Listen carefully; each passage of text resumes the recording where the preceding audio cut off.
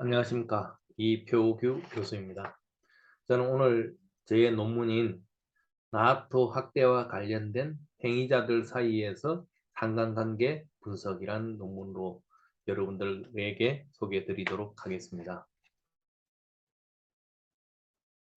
제가 소개해 드릴 순서는 서론에서부터 결론순으로 보고 설명드리겠습니다.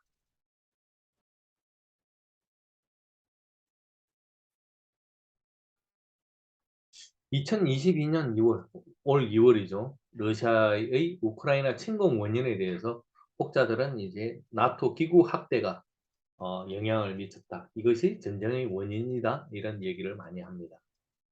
이것을 따라서 왜 전쟁 원인이냐 하면 우크라이나의 나토 가입 의지가 가입을 하겠다는 그 의지가 결국 러시아로 하여금 강력한 반발을 불러일으켜서 러시아로 하여금 우크라이나를 침공하도록 만들었다. 이런 겁니다. 이것의 하나의 어떻게 보면은 직접적인 논거라고 할 수는 없지만은 우크라이나 젤렌스키 대통령이 러시아와의 평화협상 카드로 나토 가입을 포기하겠다 하는 선언을 제시했다는 것에서 우리는 이걸 알 수 있습니다.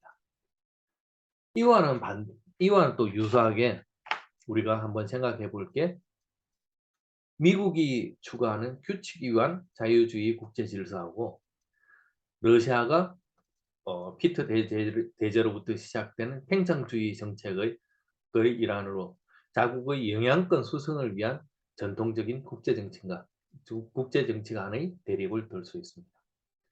결국 이러한 두 가지 사례에서 우리가 볼 수 있듯이 미국의 정책, 그 다음에 나토 확대는 이제 나토의 동전 정책, 나토의 팽창, 익스펜션 이런 여러 가지 용어로 다 같이 하나 여기서는 동일하게 나토 확대라는 용어를 사용하도록 하겠습니다.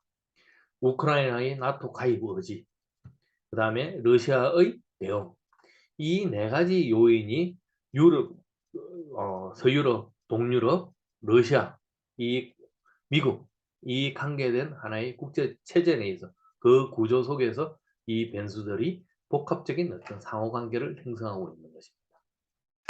그래서 본 논문의 연구 목적은 이 네 가지 행위자 변수들을 구분해서 이들 행위자들의 역할과 목적 등을 분석하고 이들 간의 상관관계를 규명하는 겁니다. 분명히 말씀드리지만 원인과 결과의 관계는 아닙니다. 이것은 영향 인플루언스의 관계지 코즈 이펙트의 관계는 아니라는 걸 다시 한번 강조드립니다.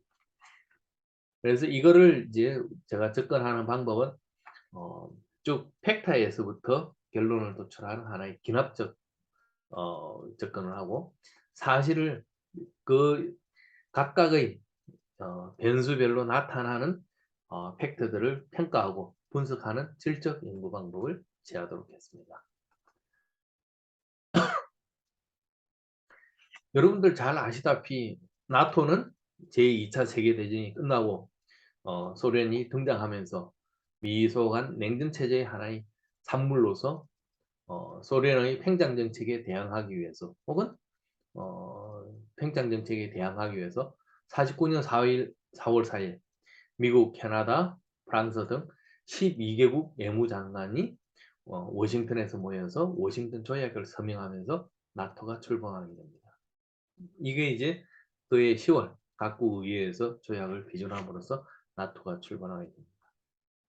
그래서 연도별 나토 가입 현황을 이제 정리를 해보면 표 1에서 보는 것 같이 이제 초기 12개국, 그 다음에 그리스, 터키가, 그 다음에 2차 대전을 일으켰던 독일이 이제 55년에 가입하고 82년에 스페인이 가입하면서 냉전 시대 4개국이 추가되고 16개국으로 늘었다가 그 이후에 이제 총 14개국이 이렇게 늘면서 현재 30개의 회원국을 거느린 하나의 안보 기구로 성장을 하게 되었습니다. 이러한 나토 이제 회원국이 이제 확대될 수 있는 근거는 특히 탈냉전 이후에는 이제 나토 확대 연구 결과를 발표한 거, 99년에 행동 계획을 발표한 거 이런 것에 그 기초를 두고 있습니다. 이 나토 확대 경과를 보면은 유럽과 서유럽 주요국들은 지역 안정과 평화 달성 등 안보 체계 개선의 길, 즉 동서 냉전 체제가 붕괴되면서 소련이 갑자기 이제 붕괴되었다는 이 사실은 미국이 유니폴라, 그러니까 일극 체제로 등장하면서 미국과 서유럽 주도를 해서 하나의 체제 구조, 체제의 구조를 개선할 수 있는 기회를 삼았다는 겁니다. 그래서 그 당시 유럽에 혼자하고 있던 이제 EU, WEU, OSC 이런 다양한 기구를 하나 통합하겠다 하는 의도를 가지고 시작을 했지만은 결국 그 결과는 WEU만, 서유럽 연합만 이제 2011년에 해체되고 유러피안 유니언은 현재 27개국, OSCE는 57개국의 회원국을 유지하면서 나토와 함께 하나의 안보 정치 기구로서, 정치 통합의 기구로서 지속적으로 유럽에 존재하고 있는 것입니다. 나토 확대에 관련돼서 이제 선행 연구 결과를 검토해 보면 이제 주로 이제 세 가지 차원의 질적 접근 방법을 제시하고 있습니다. 그 이제 제임스 골드 게이어가 된 건데요. 실제주의적 접근, 유럽 안보 및 강대국의 힘의 정치 차원에서 접근하고 있고, 또 자유 및 구성주의적 접근, 서구의 가치인 민주주의, 자유시장 경제 이런 것이 동유럽을 포함한 유럽에 미치는 영향력 차원을 연구하는 학자들이 있고요. 또 정책적 접근을 통해서 미국과 동맹국들의 의사결정, 나토 기구 확대 과정 여기에 초점을 두고 분석하는 논문들이 있습니다. 이 외에도 개량주의적 접근으로 자료 표락 분석 방법을 이용해서 나토 확대를 비판하거나 나토 기구가 확대되면서 거기에 따른 군사 전략적 변화, 러시아와의 관계가 주로 많이 좌우가 되겠죠. 이런 것을 포함하는 하나의 연구, 크게 나누면 5가지의 연구 경향을 띠고 있다. 이렇게 말씀드릴 수 있습니다. 저는 여기서 이제 하나의 가설을 설정했습니다. 독립 변수인 나토 확대는 종속 변수인 러시아의 대응과 어떤 상관관계가 형성되어 있다. 우리가 아시다시피 이런 이제 가설을 설정하면은 이제 무관가설부터 시작해서 뭐 하나의 수용하고 거부하고 하는 결과를 거쳐야 되지만 이러한 어, 언론 보도와 기존의 연구 결과 이런 것들을 분석하고 보면은 이 유럽 체제 유럽이 가진 구조 내에서는 4가지 변수가 상호작용을 했다는 것을 그냥 쉽게 이렇게 판별할 수 있습니다. 가장 큰 거는 가설에 설정하다시피 나토의 확대 정책과 러시아의 대응입니다. 나토의 확대 정책이 어떻게 보면 독립 변수로서 종속 변수인 러시아의 대응에 어떤 영향력을 미치고 있다. 그러니까 코즈, 원인과 이펙트가 아니라 영향력을 미치고 있다. 그럼 미국은 나토 회원국의 일원이면서도 하나의 선도국가로서 유럽이 아닌 아메리카 대륙에 위치하고 있기 때문에 미국의 나토 정책은 하나의 나토 확대의 전체적인 어떤 방향성 이런 것을 제시하고 있다는 것을 알 수 있습니다. 이러한 독립 변수와 종속 변수의 간에는 또 하나의 간섭 변수로서 가입 대상 희망국들이 이제 어떻게 그 사이에 영향을 주고 있는가의 관계에 따라서 이제 전혀 새로운 관계가 형성되어 보이기도 하고 전혀 예상하지 못한 결과를 초래하기도 합니다. 이러한 4가지 변수에 대해서 제가 실은 어떤 잡지에 기재를 했더니 전혀 뭐 상관관계의 인과관계를 구분하지 못하고 그 다음에 이제 독립 변수, 간섭 변수를 처음 들어봤다는 이런 논문도 있고 하면서 제가 여러분들은 이미 다 아시겠지만은 이제 변수 관계에 대해서 간단하게 조금 설명을 드리고자 합니다. 우리가 이제 독립 변수와 종속 변수의 관계는 다 아는데 그 외에 추가적으로 있는 변수가 뭐냐 하면은 이제 NDC는 선행 변수로서 선행 변수, 독립 변수가 종속 변수에 영향을 주기 그 이전에 독립 변수에 영향을 미치는 어떤 요소, 또 인터넷 간섭 변수로서 독립 변수와 종속 변수가 영향을 미치는 그 과정에서 하나의 중간에서 영향을 미치는 이런 경우. 그래서 이러한 2가지 통제 변수가 이제 어떤 설명이 포함될 때는 이제 독립 변수와 종속 변수의 관계는 그 원인을 어떤 원인 영향력 관계에 의해서 우리가 파악하는데 전혀 다른 결과를 초래할 수 있는 거예요. 그래서 그 관계는 함께 사라져 버리기도 하고, 또 저번에 있던 그거보다도 than it was before겠죠. 강하거나 약해지기도 하고, 혹은 저번에 있던 것보다 might be different, 전혀 다른 상관관계를 형성합니다. 이러한 상관관계는 우리가 측정을 할 때, 그러니까 operational definition을 조작적 정의 이렇게 얘기하는데, 우리가 이 조작적으로 개념을 조작적으로 정의할 때는 이제 nominal, 저는 규범적으로 해석합니다만은 nominal, 그다음 ordinal 순서적, 그다음에 interval 간격적, ratio 확률, 비율적 이렇게 저는 분석을 합니다만, 이러한 네 가지 방법에 의해서 이 변수를 측정할 수 있는 거예요.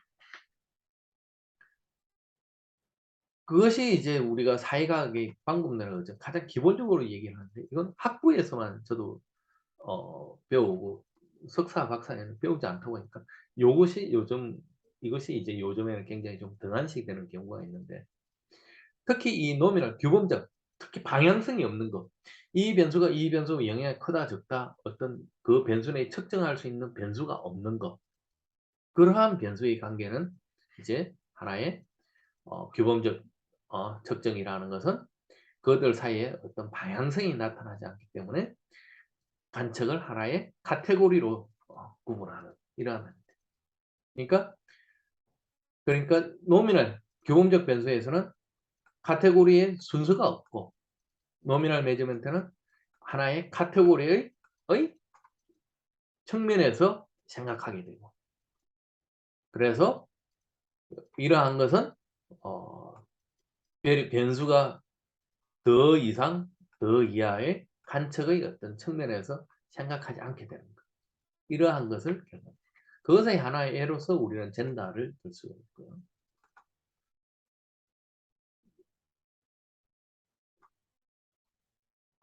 그래서 이것을 이제 제가 아까 가설을 해서 독립 변수인 나토 확대는 정속 변수인 러시아의 대응에 어떤 상관관계가 형성된다, 이렇게 얘기를 하는데, 이러한 가설을 이제 어떻게 기술하라 이건 꼭 없습니다. 근데 이제 우리가 방향성이 없는 노면을 규범적 변수하고 순서적 이상, 그러니까 어떤 순서가 형성되어 있는 것, 제가 그 예를 학생들한테 강의를 할 때는, 우리가 정치적 참여를 하면 내가 단순히 투표하는 것과 다른 사람을 데리고 투표하는 것은 분명히 순서가 있는 거죠. 정치적 참여도가 다른 사람을 데리고 하는 것이 훨씬 높은 거죠.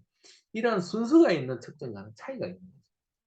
그래서 디펜던트 베리하고 종속 변수와 독립 변수의 관계가 순서적 측정 그 이상일 때는 이제 카테고리를 방향성에 따라서 구분합니다. 이런 1이다, 2이다. 그거는 바뀌지 않는 거죠.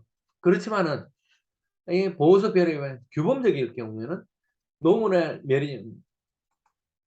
측정이라는 메저먼트이죠. Classification of Observation into Category, No Direction, 그들 사이 관계가 없다. 그래서 이걸 어떻게 이제 진술하게 되느냐 하면은 there is a direction, 긍정적 방향, 부정적 방향, 순방향, 역방향, 이러한 관계에 의해서 독립변수와 종속관계가 형성되고 있다, 이렇게 표현하면 되는 겁니다. 근데 그것의 이제 세부적인 예가 이제 이런 거죠. The direction relation between variables, 관계의 방향은 긍정적 혹은 부정적이다. 포지티브, 긍정적인 also 직접적인 direct relation, 순방향 관계가 있고, in this context the term positive and direct means the same, 이다, 같은 겁니다. 역방향인 인버스, 하나의 부정적인 것은 역방향의 상관관계를 형성된다, 이렇게 설명을 하고 있습니다. 물론 지금 이 설명드린 것은 아주 사회학 방법론의 아주 기초로서 굳이 논문에 명시하지는 않았습니다. 또 하나 제가 논문에 명시하진 하나는 이제 조셉 나이 교수, 하버드 케네디 스쿨의 학장을 지냈고 하버드 석좌 교수 지낸 1세기의 어떤 국제 정착을 선도한다는 어떤 교수죠. 그죠?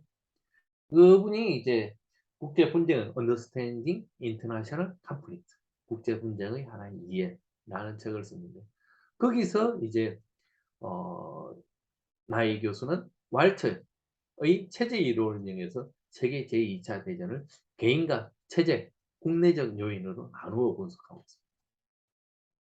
그래서 그 전쟁 원인을 이제 설명하면서 근원적 원인은 이제 제1차 세계대전의 잔재인 베르사유 조약, 그러니까 독일에게 막대한 배상금 물리고 군사력을 10만 이상 보유하지 못하도록 한 그러한 조약들의 하나의 원인이 있다. 그에 따라서 이제 중간 원인은 국내적 요소로 독일의 이탈리아의 성장 가능, 또 민주주의 국가에서는 정치 경제적 악화로 사회적 이데올로기 확산, 이런 것을 하나의 중간 원인. 그러면서도 결국 2차 대전의 하나의 촉발시킨 원인으로서 아돌프 히틀러는 패권 전략을 들고 있습니다.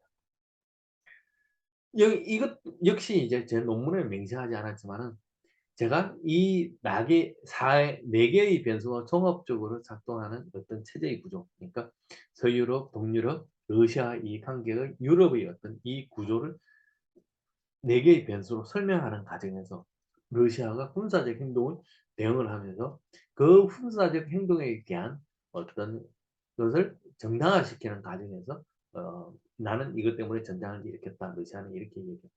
그것을 어떻게 부수적으로 내 논문의 상관관계 분석에 부수적으로 나타나는 결과를 어떻게 설명하기 위해서 저는 요 틀을 사용을 했습니다. 물론 다시 강조하지만 논문에서는 명시하지는 않았습니다. 그래서 결국 미국, 나토, 중동 유럽, 러시아의 지도자 성향이나 국내적 요인, 정책 요인은 하나의 근원적 중간 원인, 촉발 원인 차원에서 전쟁의 원인으로 구분해서 우리가 제시도 가능하다 하는 것이 제 논문의 어떤 바탕적인 생각입니다. 그래서 이러한 바탕적인 생각을 가지고 제가 이제 간단히 변수들을 설명해 보면은 선행 변수는 미국의 말씀드린 것처럼 미국의 대나토 및 유럽 정책, 1990년 독일 통일로 인해 형성된 소련의 붕괴 디마이즈 오브 USSR은 미국이 일극 체제로서 유럽을 민주화할 수 있는 미국은 기회로 간주했습니다. 그래서 1993년 미국 국방부 관계한 평화를 위한 동반자 관계를 제정해서 발표했는데요. 이 내용의 기본적인 정신이 89년에 이제 부시 대통령이 강한 유럽 전 지역에 대한 자유주의 체제 강화, 민주주의 체제죠. 이것을 강화하는 이 정책을 가장 바탕에 깔고 있습니다. 그래서 이 평화를 위한 동반자 관계에는 유럽 전역에 대한 군사적 동맹 결성을 위한 하나의 국방부 입장의 수단이었다면 미 국무부 입장에는 중동 유럽의 평화와 번영을 추구하고 미국의 유럽에 대한 미국의 영향력을 강화할 수 있는 결정적인 수단입니다. 이러한 분위기는 이제 클린턴 행정부를 이제 나토 확대 행정부에서도 미군 주둔 연구와 중동 여러 국가들을 시장 기반 민주주의 사회로 전환할 기회로 강조하는 이런 것을 명시하고 이것이 이제 내셔널 시큐리티 스트레이트지 국가 안보 전략서에 그대로 명시합니다. 이러한 분위기는 그대로 부시 행정부에서도 그대로 개성이 되었습니다. 그렇죠? 클린턴 행정부 정책을 개성해서 개방사회, 민주주의 체제 확산이라는 목표를 두고 결국 이러한 미국의 정책은 나토 확대에 대한 연구, 가란 연구, 그 다음에 99년 나토 회원국 행동계획의 제정의 하나의 기초가 있습니다. 결국 나토 회원국 확대를 통한 미국의 영향력 정도를 가장 이 시대에 도모하게 되죠. 그렇지만 이제 무슨 문제가 되겠냐면은 이제 9.11 테러 이후에 서유럽 회원국과 군사비 정대 왜 너희들은 안보의 무임승차하느냐 오바마 대통령이 이제 나서 비난하게 되죠. 이러한 것을 이제 콜드버거는 미국 유럽은 위상에 부합된 국제적 책임을 수행할 군사력 건설의 방위비를 지출하지 않고 있다. 결국 이 유럽과 미국과 서유럽과의 이 감정 다툼은 결국 어 일부 미군의 철류로는 이어져요. 오바마 행정부 시대에. 이게 이제 계속 트럼프 시대까지 계속되면서 양측 간 이견이 발생되면서 일정한 거리를 서로 간에 유지하게 되고, 또 미국은 러시아와 직접적인 군사적 대결이 발생하지 않는 범위 내에서는 낙대 학도를 하되, 군사적 어, 어떤 충돌이 발생할 것 같으면은 그 학대를 멈추는 이런 결과를 가져. 독립변수인 나토의 학대 정책을 이제 살펴보겠습니다. 나토의 학대. 냉전 초기에 중부나 동부 유럽 국가의 회원국 가입 승인은 소련 강경파의 반발을 불러오면서 고르바초프의 대통령의 글라노스트 페레스트로이카 개방과 개혁 정책의 후퇴를 가져와서 냉전 시대로 복귀할 가능성이 있다. 이런 생각에서 다 모든 국가들이 조금씩 망설였어요. 또 그 서유럽 국가 내에 강대국이라 할 수 있는 프랑스와 독일의 입장은 서로 조금씩 달랐죠. 프랑스는 유럽의 독자적인 대의 및 안보 정책, 그러니까 미국이 이제 소련이 물러가면서 미국이 물러간 다음에 프랑스 주도의 자기 중도의 어떤 정책을 강요할, 나토가 해체되면 가능할 수 있을 거라는 것을 마음속에 묻고 있었지만, 독일의 국경선을 이제 동독의 국경선이 이제 좀 더 동쪽으로 이동하면서 자국에 미치는 안보 위협 해소를 할 수 있는 기회로 간주하게 됩니다. 그래서 나토 확대에 대해서 일부 국가는 좀 부정적 기류가 있으면서도 긍정적 기류가 공존하는 이런 입장이었습니다. 이게 이제 1991년 11월 포르투갈 리스본 정상회의에서 나토 정책의 변화를 설정합니다. 정책 변화 방향을 설정하는데, 동맹의 새로운 전략 개념 제2부 동맹의 목표 및 안보 기능, 동맹의 속성에서 6항에 미국은 영원한 나토의 안보 동맹임을 제의하기로, 동서 냉전 체제가 붕괴됐지만 미국은 굳이 나토를 해체하고 미국 본토로 돌아갈 필요가 없다. 어떻게 보면 1차 세계대전의 하나의 교훈이 작용했다고 볼 수도 있겠죠. 거기에 또 파랑에 이제 타국가, 추가 비회원국들과 협력적 안보 체계를 구축하는 걸 명시함으로써 중부 및 동부 유럽, 동유럽 국가들과 이제 협력해서 나토를 확대할 수 있는 어떤 근거를 마련하게 됩니다. 특히 이제 북대서양 노스 아틀란틱 카운슬에서 이제 나토 확대 방향, 영국에 미치는 무에 하면서 이제 나토 확대에 관한 연구 논문을 발표하게 되고,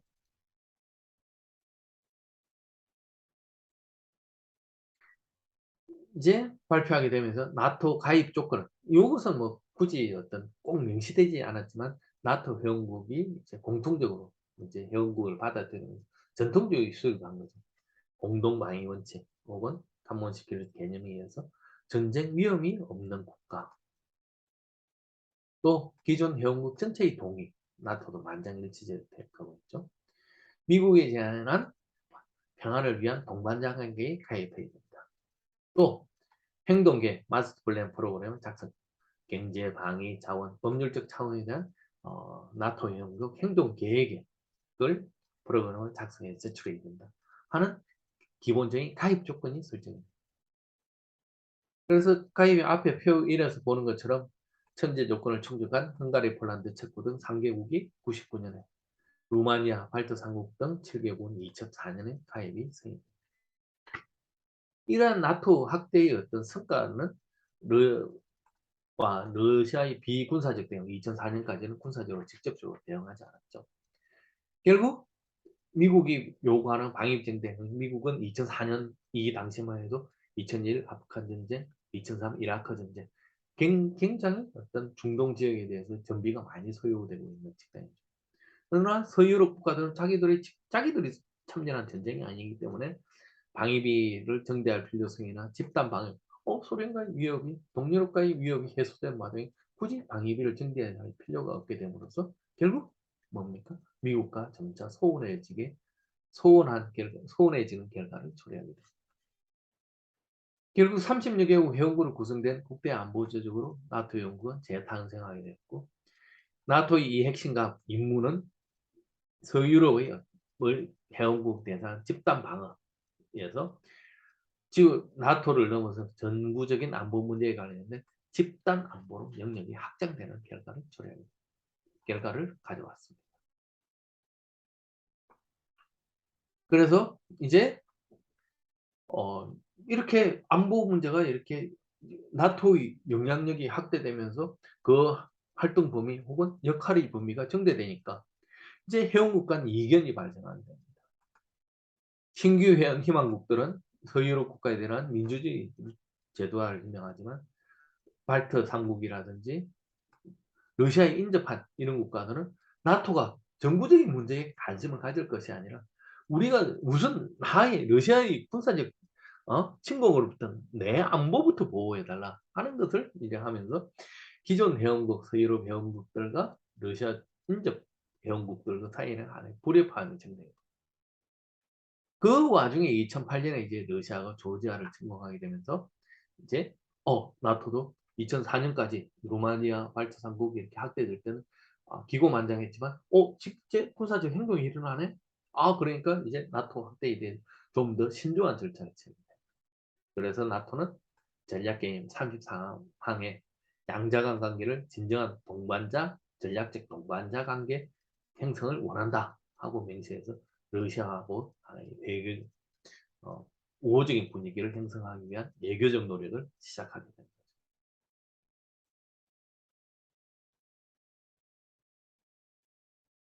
그런 와중에 이제 러시아는 2014년에 이제 조지아 침공 이후 2008년 침공 이후 이제 크리미아 반도를 침공하게 되면서 이제 폴란드와 발트 연안 국가들은 좀 더 강한 의지로 나토 임무를 지역방어로 수정할 것을 요구하면서 2016년에 이제 바르샤바 정상회의에서 러시아의 크림반도 점령, 돈바스 지역 내에 대비하기 위한 나토 군사력을 전진 배치하는 EFP, 나토 Enhanced Forward Presence 프로그램을 승인합니다.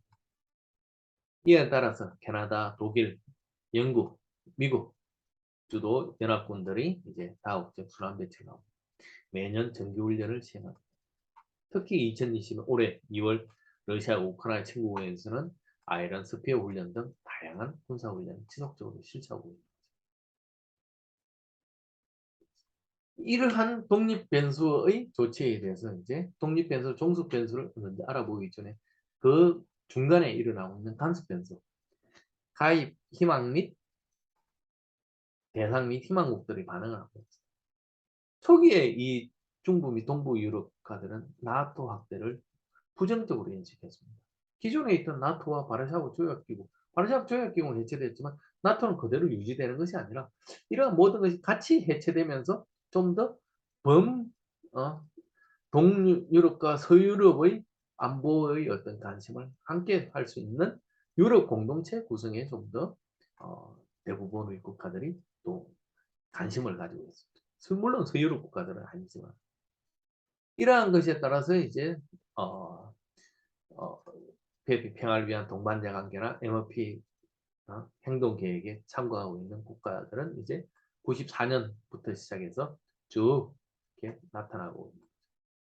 그 중에 이제 나토 가입에 성공한 국가와 여전히 이제 러시아 인접 국가들은 나토 가입에 실패하고 있고, 그다음에 핀란드 하나의 중립 국가들은 아직 가입하지 않고 있고, 핀란드, 스웨덴 이런 것도 마찬가지입니다. 인접 국가나 이런 국가들은 나토에 대한 평화를 위한 동반자 관계나 행동 계획은 평화를 위한 동반자 혹은 행동 계획 일부가 가입하면서도 불구하고 나토 가입은 아직 확정이 되지 않고 있는 이런 실정입니다. 그래서 나토 가입 제한 요소는 이제 러시아의 보수적 경향이죠. 아무래도 이제 유고슬라비아 93년에 그 치열했던 유고슬라비아 내전 또 코소보까지 이어지는 이러한 것들, 그다음에 94년에 러시아의 체첸 침공 이런 것. 또 서유럽과 기존 나토 회원국들이 이제 나토와의 가치와 규범을 수용하지 않으면 승인을 해주지 않는 이런 상황. 또 그러한 것으로 인해서 2003년 이제 조지아 그러니까 러시아어로 그루지아 이제 장비 혁명으로부터 시작해서 민주주의 좀 체제를 선호하는 국가들이 정권들이 들어서게 되면서 이제 친서방 정권들이 들어가게 되는 거죠. 그리고 이제 2004년에 오렌지 혁명, 우크라이나 오렌지 혁명, 2005년 키르기즈스탄의 툴립 혁명 등으로 연결되면서 이제 점차 이 동유럽 국가들이 민주화 체제로 자유시장 경제로 편입을 원하게 됩니다. 이러한 상황에서 이제 어, 해운 우크라이나 조지아가 이제 나토 회원 가입을 희망하니까 이제 회원국 간에 이제 전쟁 위험이 있는 국가 또 혹은 우크라이나와 그루지아와 개인적인 이제 관계가 좋지 않은 어떤 회원국들의 반대에 의해서 나토 정상회담에서 미승인하게 됩니다. 결과를 초래합니다. 그래서 이제 이에 따라 러시아는 직접적인 군사적인 행동에 바로 나서기보다는 이제 가스 공급을 중단하겠다. 이러면서 이제 2013년 말에 있어서는 협력을 잠정 체결 중단을 선언합니다. 그래서 포 2에서 보는 것처럼 이제 2004년 가입 이후에 그 이후에는 이제 러시아와 인접하지 않은 알바니아, 크로아티아, 몬테네그로, 마케도니아 하나의 이름 때문에 그리스와 이름 때문에 북마케도니아로 이제 국가명을 수정하면서 가입한 4개국을 제외하고는 2004년 이후에는 없습니다. 그죠?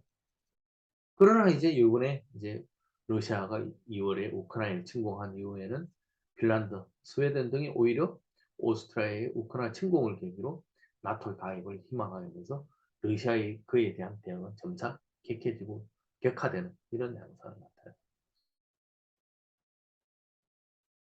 자, 이러한 가정에 나타난 러시아의 대응을 한번 봅시다. 1990년도에 정책 우선성의상 나토의 확대는 러시아에게 관심이 별로 없었습니다. 어떻게 보면은 공산주의 체제에서 자유주의 체제, 고르바초프의 개혁 개방의 힘을 이면서 옐친에 이르기까지 어떻게 보면은 체제 자체의 어떤 변화를 시도하는 과정이었다고 보습니다. 그래서 1994년 6월에는 러시아가 미국의 저는 평화를 위한 동반자가 가입하기도 하고 97년에는 이제 옐친 대통령이 미국의 클린턴 대통령하고 중거리 및 전설 핵무기 감축 협정에 서명하면서 그러면서도 러시아는 서명한 후에 옐친 대통령은 나토 확대의 부정적 영향이 있다는 것을 경고하게 됩니다. 좀 최소화해라. 그리고 나토가 지속적으로 할 때면 그것은 하나의 새로운 안보 위협을 가져오는 실수다고 경고하기도 합니다. 그러면서도 우선 서구의 도움이 필요한 경제적 낙후 어려움으로 인해서 서구의 도움이 필요하다 보니까 우소련 위성국과 나토의 공정을 인정하는. 그래서 97년에 이제 5월 27일에는 나토 간설 반딩 액트에 서명하고 서명하면서 추가 확대를 하지 않는다는 조건하에서 폴란드, 헝가리, 체코 3개국의 가입을 수용합니다. 그런 후에 이제 지금 강경한 정책을 이룬 푸틴 대통령이 다시 이제 등장했지만은 러시아 나토 위원회, 나토 러시아 카운실을 설치하고 러시아 대표단이 브뤼셀에 상주를 합니다. 근데 이제 그 와중에 일어난 2004년 러시아가 사전에 알았겠지만 어쨌든 문헌 자료를 보면은 이것은 러시아 7개국이 나토에 가입한 특히 발트 3국을 포함한 이 국가들이 가입한 것은 러시아에 굉장히 어떤 충격을 주고 두마나 안보위원회 같이 전통적인 러시아의 안보 간의 사로잡혔던 오해나 어떤 기구 같은 데에서는 굉장히 반감을 많이 표현합니다.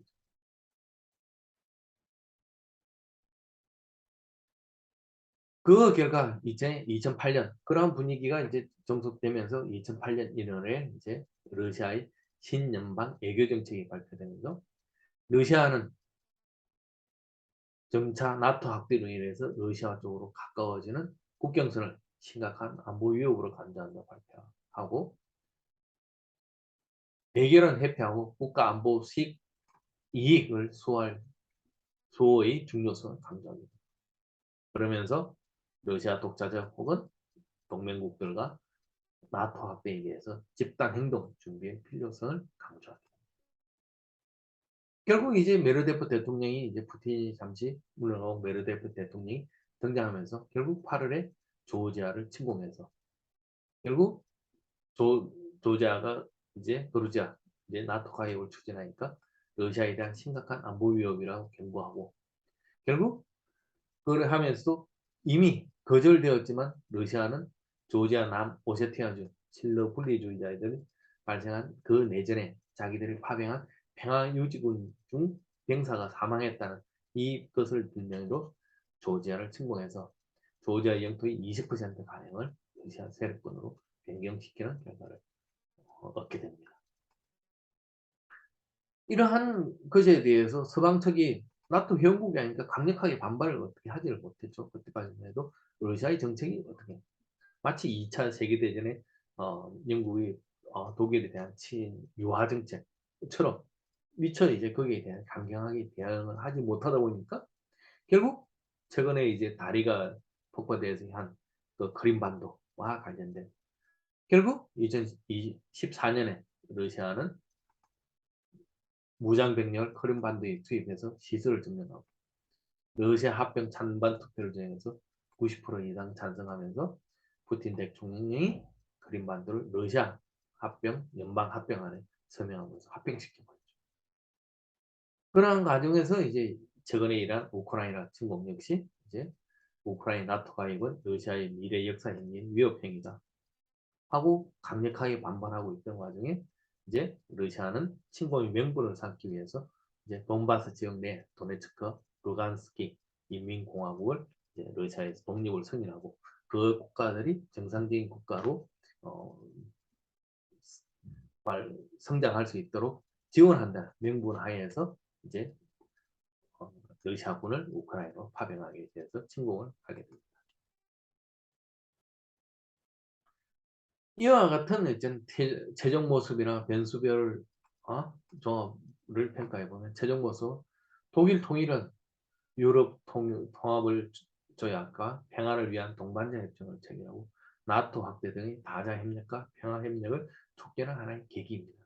특히 러시아의 구소련의 붕괴는 이러한 것이 미국 주도, 서유럽 주도하에 이루어질 수 있는 환경을 체제적인 구조적인 환경을 조성합니다. 그러면서도 미국은 고르바초프의 입장을 세워주고 소련을 자극하지 않기 위해서 베이크 국무장관은 나토의 국경은 동쪽으로 1인치도 이동하지 않을 것이다. 이거는 지금 현재의 나토의 국경은 여전히 거기 있다고 서방 측에서는 주장을 하고 있습니다. 그러나 러시아에서 받아들인 것은 나토 가입국이 확대되면서 점차 이제 국경선이 동쪽으로 전진하고 있다고 느낍니다. 그것이 러시아에 대한 직접적인 위협으로 작용합니다. 이러한 나토 확대를 바라보는 관점은 크게 두 가지로 나눠요. 긍정적에는 동유럽, 중부 유럽의 민주주의와 자본 시장 확대를 촉진해서 유럽의 정치 경제적 안정을 가져옵니다. 부정적인 영향은 러시아의 적대감을 형성해서 안보에 부정적인 영향을 줍니다. 이 두 가지 대립적인 관점이 지속적으로 공존하고 그러나 이러한 나토가 이제 폴란드 99년, 2004년 이렇게 점차 나토 회원국이 확대되면서 좀 미국이나 옆쪽에서는 좀 이익 공백이 있죠. 아프간, 이라크 전쟁 시에 그 국가들이 이제 미국을 입장을 지원하는 효과. 그러한 효과가 있어. 또 유럽 대서양 지역의 이제 30개국 회원국 간의 세계 최고, 세계 최고는 아니죠. 유엔 다음의 어떤 안보 및 정치기구 재탄생한 결과.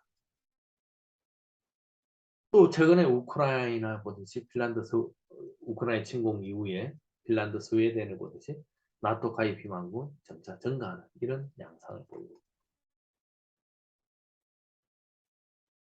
이러한 것을 이제 변수별로 다시 이제 분석 평가해 보면 선행 변수인 미국의 대나토 및 유럽 정책. 미국은 90년대 소련이 무너질 때만 해도 국제 정치 및 나토의 선도국이었습니다. 또 나토를 그대로 미국의 영향권 안에서 있는 그 나토를 그대로 유지시키는 고자 하는 결정적인 행위자죠. 물론 프랑스도 일부의 국가의 반발이 있었지만 미국은 다시 이제 유럽의 나토의 회원국임을 91년에 명시받고 자기들의 어떤 가치관을 나토 확대 정책 기본 요건으로 반영을 시키는 겁니다.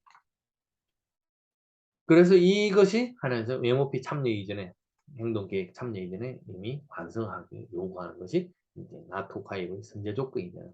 결국 유럽에서 이 나토라는 것은 가장 안정적인 평화 안보 기구가 돼요. 이러한 것에 대해서 좀 엔스테인 교수 같은 경우는 회원국들이 민주화 운동, 장미혁명이나 독립혁명 이런 걸 통해 민주화 운동을 통해서 민주화되는 거지. 그 국가는 나토 개입됐다고 민주화되는 것이 아니다 하고 이렇게 어, 하지만은 좀 이런 신생 회원국들이 거기를 통해서 민주화되었다 할지라도 이제 내부적 안보 전략과 같이 연결이 되면서 군에 대한 어떤 민주적 통제, 그러니까 문민 통제라든지 이런 것을 기반으로 하는 이런 것이 강한 효과를 가져온 것은 좀 긍정적이다. 이렇게 평가합니다. 나토 가입 수립과 러시아의 군사적 대응의 하나의 핵심이 되는 것이다.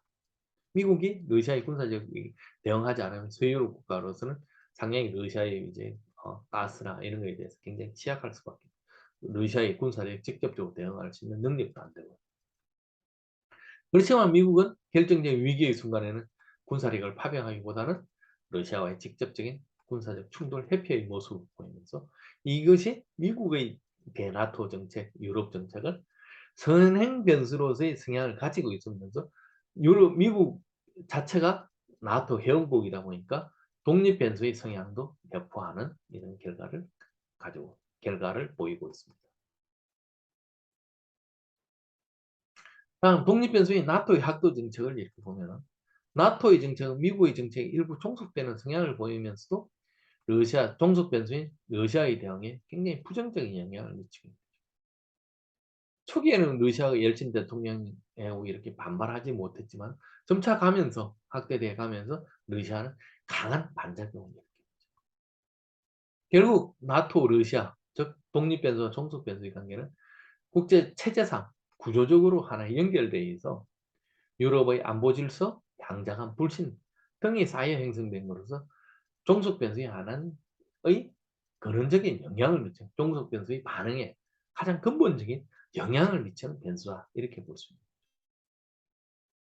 러시아가 조지아 우크라이나에 대한 군사적 대응할 시 나토 확대부터 자국군 인명피해, 조지아 패망의 평화유지군 병사의 사망, 지역 안전보장, 돈바스 지역의 두 인민공화국에 대한 안전을 보장해주는 이런 걸 볼 때 러시아 역시 나토와 직접적인 어떤 나토 확대에 대한 명분보다는 어떤 새로운 명분을 잡아서 군사적 개입을 하나의 하는 이런 것을 볼 때 이것이 하나의 촉발 원인으로 작용하고 있다. 제가 조셉 나이 교수의 어떤 용어를 좀 인용한다고 말씀을 드렸습니다. 그죠? 또 나토 회원국을 가입시키는 제5항에 의해서 회원국 보면 집단 방어 원칙이에요. 나토 집단 방어 원칙.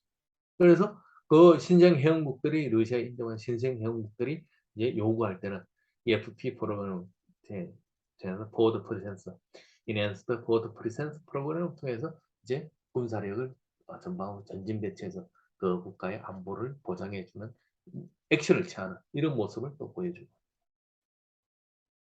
그러면서도 결국 그 전략이나 나토 전략 발표할 때 정책 발표할 때 이제 상호 안전을 원한다. 상호 뭐 유기적인 관계 형성, 전략적 동반자 관계를 원한다. 이러면서 서로 위 관리 체계가 강하게 작용시키는 이런 역할을 하고 있습니다. 간섭 변수들의 방향은 아주 굉장히 재밌죠, 그죠? 탈냉전 직후 나토 바르샤바 중 모두 애초에 새로운 안보가 기구를 했지만 미국 중심의 나토가 굳건히 지속되면서 이제 나토 가입을 통해서 자국의 안전을 보장받는 방향으로 각 중부, 동유럽 국가들이 정책을 선회하게 됩니다. 결국 이러한 가입 대상 및 희망국들의 반응은 종속 배수인 러시아의 강한 반발을 불러일으키면서 어떤 러시아의 대응을 단순히 말로서 하던 것에서 군사적 대응까지 그 대응의 수위를 점차 높이 증폭시키는 역할을 하게 됩니다. 결국 이 나토 확대와 러시아의 대응사에 발생하는 직접적인 상관관계를 군사적 침공이다 이렇게 촉발 요인적으로 러시아가 발표하기를 하면서 나토 확대가 러시아의 대응에 미치는 이 영향력 관계를 좀 흐려 보이기도 하고 또 그러한 측면에서 그 이유를 가지고 분석을 하다 보면 이 관계는 아예 보이지도 않는 이러한 결과를 초래합니다. 그러면서 러시아의 군사적 대응이 강해지면 각 국가 자국 안보를 위해 비회원국들 나토 가입 요구는 또 핀란드나 스웨덴 등 러시아의 우크라이나 침공 이후에 나토에 가입하고자 하는 욕구는 더 강해지는 거죠.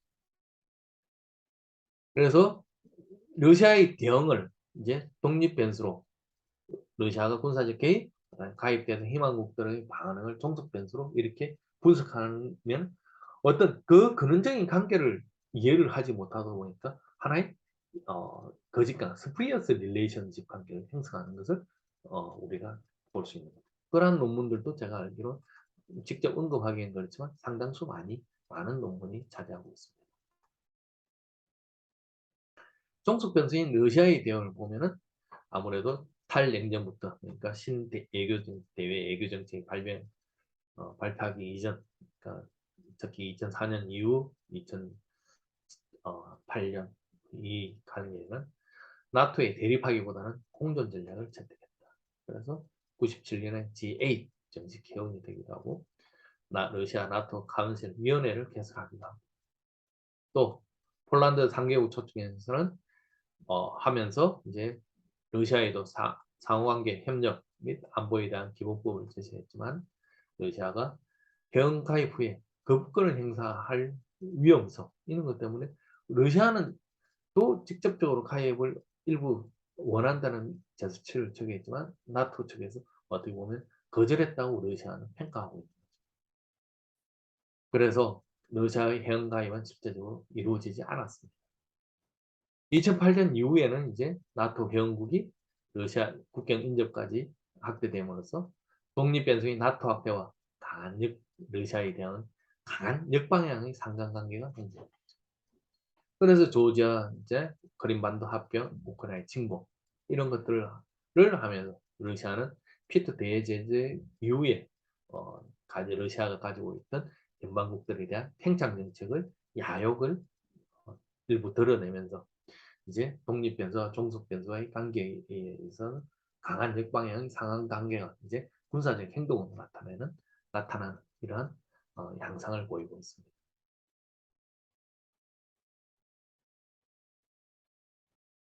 이런 것을 종합적으로 평가해 보면은 독립 변수인 나토 확대가 진행되면 진행될수록 러시아의 대응은 그에 상응하여 강한 역방향의 상관관계가 형성되고 있다.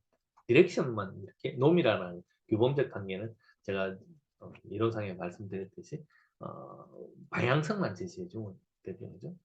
이에 대해 이제 학자들이 마르틴 같은 교수는 나토 확대가 러시아 지도자들을 자극하여 관계 악화에는 기여하고 있지만 러시아의 직접적인 위협은 되지 않는다. 이건 좀 지극히 어떤 서방 측의 입장을 좀 변형한 거였다면은 런던 대학의 폴 그레걸 교수 같은 경우는 유럽 안보 질서 재편을 위한 나토 확대 결정에서 러시아의 의견을 수렴하는 것이 좀 더 나토의 유럽의 정치, 그다음에 안보 차원에서 좀 더 유리할 것이다. 좀 더 현명한 조치이다. 이렇게 평가하고 결론적으로 지금 현재의 나토는 정식 회원국 30개국, 유엔 다음으로 영향력이 강한 하나의 정치 군사기구.